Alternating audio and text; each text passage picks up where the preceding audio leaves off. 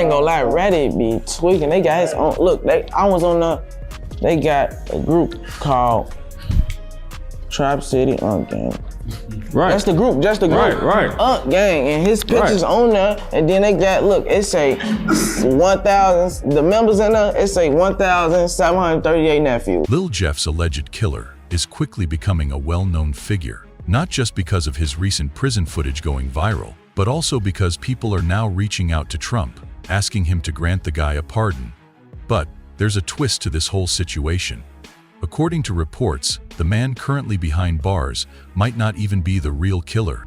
What's even crazier, word on the street says that Lil Jeff's actual shooter might have already been taken out by the Bloodhounds in retaliation. And if the latest rumors are true, Lil Jeff's crew didn't stop there. Some say they even showed up at the funeral of the supposed killer and opened fire, taking out his sister in the process. Things are getting real out here, so let me break it all down for you. A leaked video has turned this whole story into a viral sensation. Trap City Rob's case isn't just another headline, it's taken over the internet. When news of his arrest broke, people lost it, especially on Reddit, where he quickly became a cult figure. His name was everywhere, with heated debates about whether he was a necessary force in his community or just another casualty of a broken system. His story is wild, and his popularity has only grown. He even has his own subreddit, Trap City Unk Gang, with more than 2,500 members who call themselves nephews. And the paperwork can say he was hit 19 times in the chest area. He was shot 19 times. Fans are going all out to get Trap City Rob released. Some have even taken to Instagram trying to get Trump's attention. One supporter wrote, "Look here, Donald, you need to go ahead and free Unk out that jam. Give bro a pardon or something. The porch is vulnerable with no one to defend it. Trap City got no defense player anymore, free Unk fam." Another fan posted, "Dear Mr. President Trump, I'm here to inquire about Unk, also known as Rob. There are a lot of nephews who care about and miss our beloved Unk, and we would really appreciate it if you considered pardoning him." Now, there's an update on Reddit's favorite uncle. A new photo of Trap City Rob has surfaced, showing him in good health and good spirits. This was a big relief to his growing fan base, who had been anxiously waiting for news. To them, he's not just another guy caught up in the system. He's someone who did what they believe was inevitable. Trap City Rob has become an internet legend over the past year. He took out one of the most ruthless gangsters in Chicago, Lil Jeff. This was a guy who would kill people and then brag about it on Instagram just for likes. A lot of people, especially those against gun violence, weren't exactly sad when he was killed. And when the footage of the murder hit the internet, it spread like wildfire. On June 8, 2024, well-known journalist Kyle Mazza broke the news on his X account. He posted, "Unidentified male victim shot and killed in Chicago, Illinois, on June 8, 2024. Hot news reports that the victim is Chicago rapper Bloodhound Lil Jeff." His post gave chilling details, stating that at around 5:14 p.m. on a Saturday afternoon on the 6600 block of S. Rhodes Avenue, a male victim, John Doe, was near the sidewalk when he was shot in the chest. The report continued, explaining that the victim was rushed to the hospital but was pronounced dead on arrival. No suspects were in custody, but a large number of shell casings were found at the scene. It didn't take long before CCTV footage of Lil Jeff's murder made its way online. Once it did, it was everywhere. The brutal reality of what went down played out on screens across social media, shocking people who had never seen gang violence up close. The footage came from a security camera in the 6600 block of S. Rhodes Avenue. It showed a group of people near a house with several parked cars. Among them was Lil Jeff's crew, including someone sitting in a black car, a man in all black, another in red, later identified as Q50, and one in a white hoodie. Another man in yellow shorts was seen trying to get into a car. Then, Lil Jeff noticed him. The second their eyes met, the black car's door swung open, and Lil Jeff stepped out with zero hesitation. The man in yellow shorts instantly took off running, and Lil Jeff chased after him. But then something unexpected happened. Lil Jeff disappeared from view as he ran behind a large pillar near the house. Meanwhile, his crew wasn't focused on his chase. Instead, they turned their attention to a gray car nearby and started shooting at its occupants. In the chaos, Lil Jeff managed to hit his target, the man in yellow shorts, striking him once in the chest, It should have been an easy finish. But before Lil Jeff could do anything more, two figures suddenly emerged from a nearby alley. They were armed and didn't waste a second. They opened fire immediately. Lil Jeff never had a chance. The bullets hit him with so much force that he was thrown backward onto the pavement, landing at the foot of the porch. He was down, but his shooters weren't done yet. Reports say they emptied an entire magazine into him at point-blank range, making sure he wasn't getting back up. In total, Lil Jeff was shot 19 times. That's that get back for my man. That's that get back for my man. That's that get back for my man. The paperwork confirmed it. Lil Jeff had been shot 19 times in the chest. His crew, including Q50, attempted to fire back, but it was already too late. Realizing there was no saving him, they bailed, jumping into their car and speeding off, leaving Lil Jeff bleeding out in the street. The scene was brutal. As the video footage played, it became evident how quickly the situation had escalated. Scanner reports later confirmed that a shooting victim, hit 15 times, had been transported to the hospital by his own crew. CCTV footage captured Lil Jeff's friends desperately trying to carry him from the porch where he had been gunned down, but despite their efforts, he was pronounced dead on arrival at the hospital. Meanwhile, another victim, a man in yellow shorts, had also been shot in the chest, but managed to survive. By the time authorities arrived, the street was littered with evidence. 58 shell casings scattered across the pavement. The cops knew without a doubt that the shootout had been intense. Just like that, it was over. The end of Lil Jeff, the man who had terrorized his enemies and mocked their deaths on social media. Meanwhile, Trap City Rob had emerged as an unlikely hero. However, Reddit users weren't convinced. A few months later, one of Trap City Rob's affiliates was credited with the hit, but not before he too was shot and killed by Lil Jeff's associates. Enter Trap City Carter. On October 20, 2024, news outlets reported another tragic shooting in Chicago. The previous night, shots rang out in the city's Oakland neighborhood, leaving a man bleeding on the pavement, his life slipping away. It happened around 8:41 p.m. on South Ellis Avenue, another block that had seen its fair share of violence. Witnesses reported that two men approached their target with guns drawn and fired without hesitation. The 32-year-old victim never had a chance. Within moments, the shooters had jumped into a white vehicle and vanished into the night. Paramedics rushed the victim to the University of Chicago Medical Center, but the damage was done. He had sustained multiple gunshot wounds to the chest and lost too much blood. Despite the doctor's best efforts, he was pronounced dead shortly after arrival. To the world, he was just another name in a tragic headline, Cheval Carter, as the medical examiner later confirmed. But in the streets, he was known as Trap City Carter, or as Reddit users called him, Vel, or Stalk-in-a-Bag Carter. His enemies wasted no time celebrating his death. Just like Lil Jeff, cryptic messages flooded social media, hinting that Carter's murder was retaliation for Lil Jeff's death. They wanted everyone to know they had just taken out one of their biggest ops. Internet detectives speculated about who was responsible, with one comment standing out. "I'm starting to think Rob ain't the one who did it. They overly happy." The celebrations were excessive. Q50, one of Lil Jeff's closest associates, took to Instagram, posting 3 blunts and a message implying he had avenged his homie's death. Lil Sko and Lil Geef feet kicked up. "Now I can get rich. I love and miss y'all," he wrote. He ended the caption with a chilling note. P.S. It ain't over. Just like Lil Jeff, Q50's homie Lil Sko had been shot and killed a month after Jeff's murder. On June 7th, tragedy struck in the Chatham neighborhood at 89th Place and Langley Avenue, around 11:50 p.m. Lil Sko and his 16-year-old friend got into a heated argument with another individual. Words turned into threats, and in the blink of an eye, gunfire erupted. When the smoke cleared, Sko was down, his friend wounded but alive. Paramedics rushed Sko to the University of Chicago Medical Center, but it was too late. Meanwhile, police spotted a suspect fleeing the scene. A foot chase ensued, with shots fired at officers, leading to a massive emergency response involving CPD, SWAT, and multiple districts. However, the gunman managed to escape. Did Trap City Carter have anything to do with Lil Jeff and Lil Sko's deaths? The over-the-top celebrations from his enemies suggest he did. Digging deeper, Carter appeared to be at the heart of Chicago's ongoing gang war. One clue came just days after he was gunned down. Yup. When news of Trap City Carter's death hit Instagram, the comments went wild. One phrase kept appearing. "That's that get back for my mans." This was a phrase Q50 frequently used. Yet one comment flew under the radar, a chilling threat that no one took seriously. Just wait till the funeral. It was a blatant warning.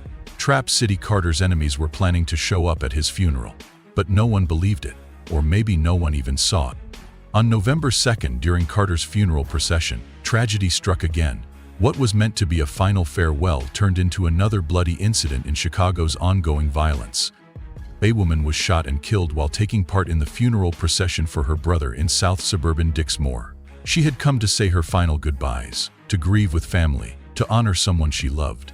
Instead, she lost her own life. We go surprise! It's time about tonight. We go surprise, bro! At exactly 12:01 p.m., Dixmoor police responded to 147th Street and Sealy Avenue, where a white Jaguar SUV had crashed into a house. But the real tragedy wasn't the crash, it was what officers found inside the vehicle. Behind the wheel was a 34-year-old woman, slumped over, suffering from multiple gunshot wounds. She had been driving in the funeral procession making her way from St. Mark's Church in Harvey when the shots rang out. The same streets that carried her brother's final journey had now become the site of her own demise. Paramedics rushed her to the U Chicago Medicine Ingalls Memorial Hospital in Harvey, desperately trying to keep her alive, but the damage was too severe. She was pronounced dead soon after arrival. Authorities later identified her as Romanesh Turner of Calumet Park, Trap City Carter's sister. Another name added to Chicago's growing list of gun violence victims. A sister who had just buried her brother, now gone herself. Her loved ones, already grieving, now had to endure the pain of losing not one, but two family members in a matter of days. But this wasn't the first time gang violence had erupted at a funeral. Back in 2018, one of Chicago's most feared shooters nearly lost his life while attending a friend's service. It was supposed to be a moment of mourning for rapper Van Recrease, better known as Dusky, another casualty of Chicago's gang war. But in the streets, even funerals weren't off limits. Dusky had been gunned down by an OP, heightening tensions between the black disciples and the gangster disciples. The GDs were hit hardest by his death. But while they mourned, their enemies were already plotting their next move. King Von made it clear something was coming. He even FaceTimed Wookie, grinning as he told him he was in for a surprise. And they be giving all the lame niggas all the bodies and like Wooski, he ain't like that. I'm gonna go ahead and put it out there like that. He ain't killed nobody. And if he did, it was a little boy from somewhere else, and he bogus for doing that. It was a warning, one that became reality just days later.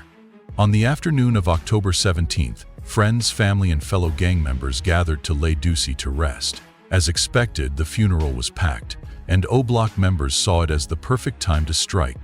As mourners were leaving the church, chaos erupted. A car suddenly pulled up, its doors swung open, and masked gunmen jumped out. Without hesitation, they opened fire in the direction of the mourners. Bullets flew in every direction, sending people into a panic.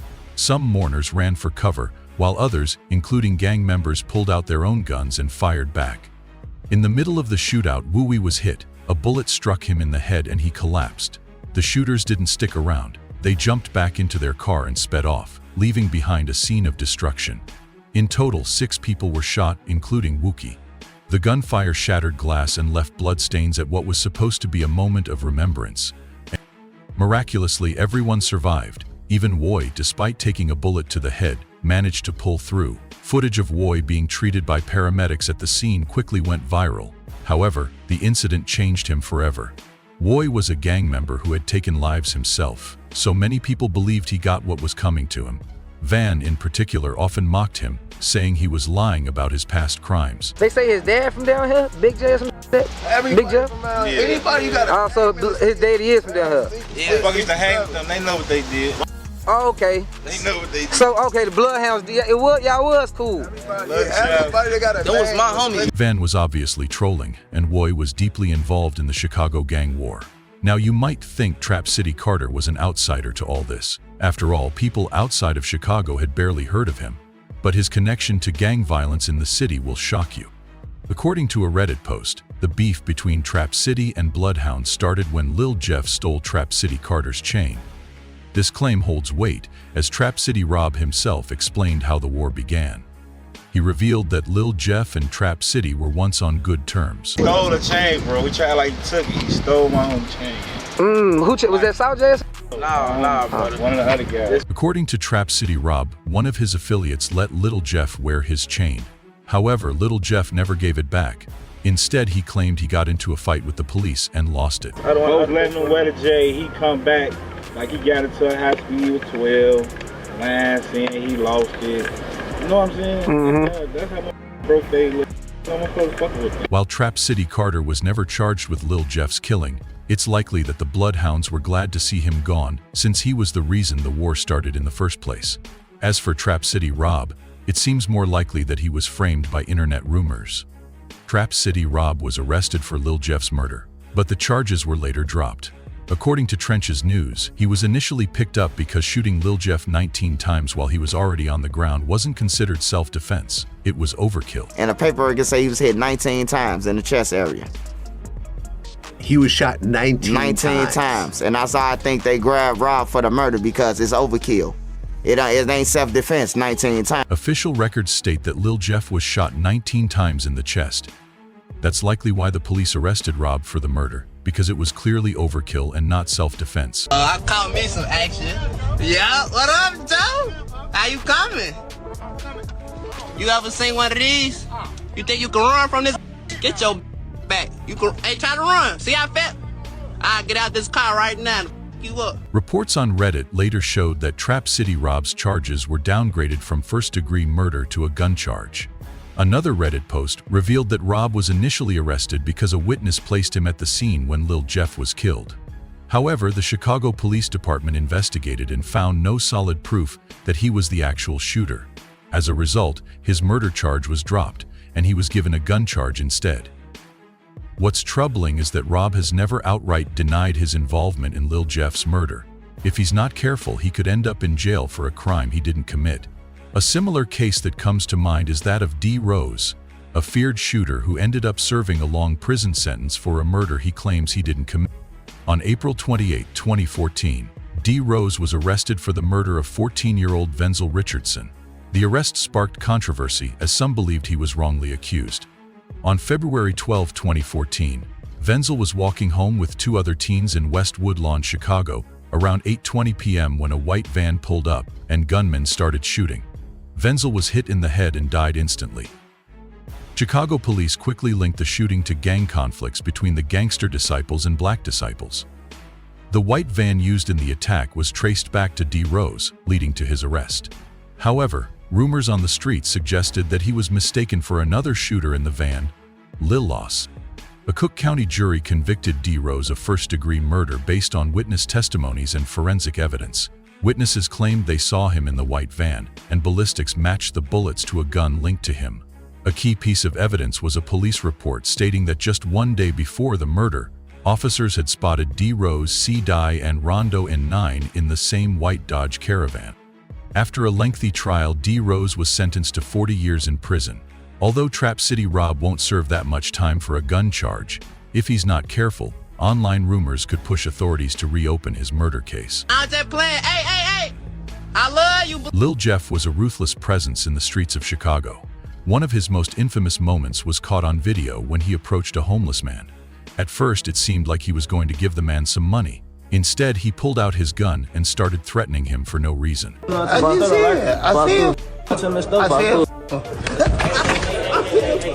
However, Jeff quickly changed his tone, laughing and telling the man he was just joking. So at one intersection, I had to stop it because there was a car coming through, and then I turned to him and said, "Hey, I'm going to take you to the hospital."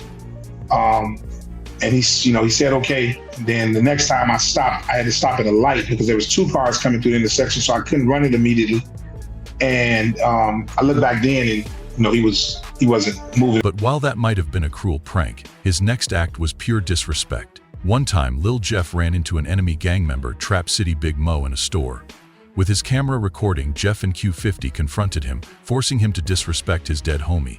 Cornered and outnumbered, Big Mo gave in, but that didn't save him from getting beaten up. I'm taking to killing school. Class start next week. You gotta at least have 2 bodies though, for I ain't coming with no, if you ain't got shit, I can't work with no beginners, folks. The dead rival, Jeff Wanted Disrespected, had also met a tragic fate. On June 25th at around 8:55 p.m., Trap City member Jalal Goss, aka Leal, was sitting in a ride-share car in Little Italy, a quiet neighborhood near the University of Illinois Chicago campus. But his enemies didn't care about location, they wanted him gone. Someone approached the car, fired multiple shots through the rear passenger window, and ran off. The driver immediately rushed Leal to a nearby hospital, but he was pronounced dead on arrival. Shit will start happening, and y'all know this by now. I went black for like a week, and poof.